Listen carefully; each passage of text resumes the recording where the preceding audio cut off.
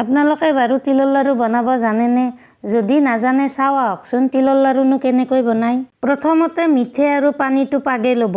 পাগাওতে লক্ষ্য কৰিব যাতে পানীটো বেছি নহয় আৰু বস্তুটো একদম পুৰা গোটা হয়, আঠা হ'ব লাগিব, তেতিয়াহে তিলৰ লাড়ুটো বান্ধ খাব।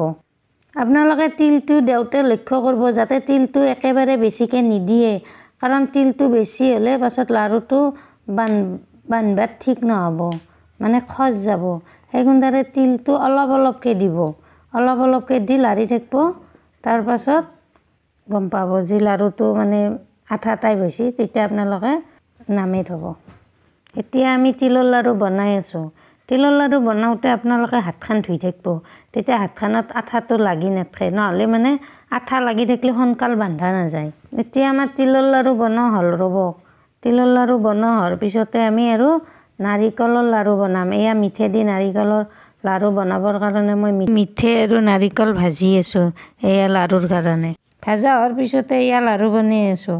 আমি লাড়ু বনাওঁতে এটাই মানে জোখটো কৰি দিওঁ আৰু এটাই ধুনীয়াকৈ গোল কৰে। লাড়ু বান্ধা হোৱাৰ লগে লগে ৰীতাক আৰু পিঠা বনাব দিলোঁ। এয়া চাওক টেকলি মুখত দিয়া পিঠা কেনেকৈ বনাই ভাপত। চাওকচোন বাইদেউটো বনাই আছে। মিস্ত্ৰীক চাহ দিব লাগে। চাওকচোন আমি কেনেকৈ গুড়াটো দিওঁ। এয়া গুড়া দিলাক, এতিয়া আকৌ নাৰিকল দিলা আৰু ওপৰত গুড়া দিলা। আপোনালোকে টেকলি মুখত দিয়া পিঠা খাই ভাল পায় না? যদি পায় কমেণ্টত জনাব। এয়া চাওক কি ধুনীয়াকৈ কাপোৰখন মেৰিয়াই দিছি।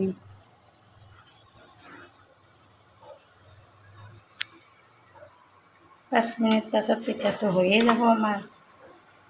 আজি ৰাতিপুৱা মিস্ত্ৰীক টেকলি মুখত দিয়া পিঠাই দি চাহ দিম ৰ'ব। আজি ভাত নাখাই গ'লে খাইব। এই বনাই আছোঁ।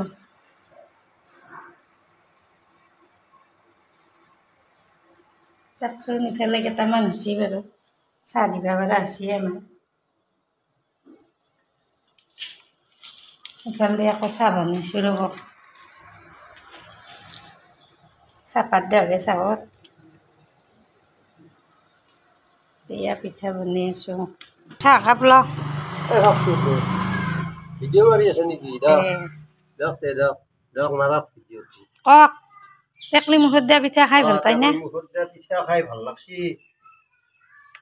বঢ়িয়া হৈছে বনত পিঠা।